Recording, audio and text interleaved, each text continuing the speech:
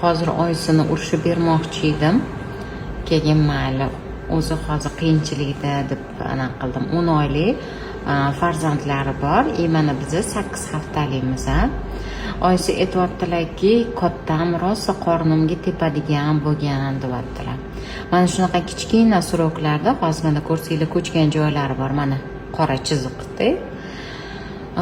Kichkina surokda avvalgi farzandinglar tepsa qorninglarga, ustinglarga qorninglarga chiqib olsa, ko'chishga olib keladi. Qon ketib qoladi. Rosa ham ko'p ko'rganmiz, qon ketib qoladi. Katta suroklar buni oldini olish kerak, bolani o'rgatish kerak. Katta suroklarda ham shu qilig'ini qovursa, bolajoninglar, bola shikastlanadi. Ayniqsa miyasi chayqaladi, travma oladi. Keyin bola tug'ilgandan keyin sudurgiga moyil bo'lib qoladi.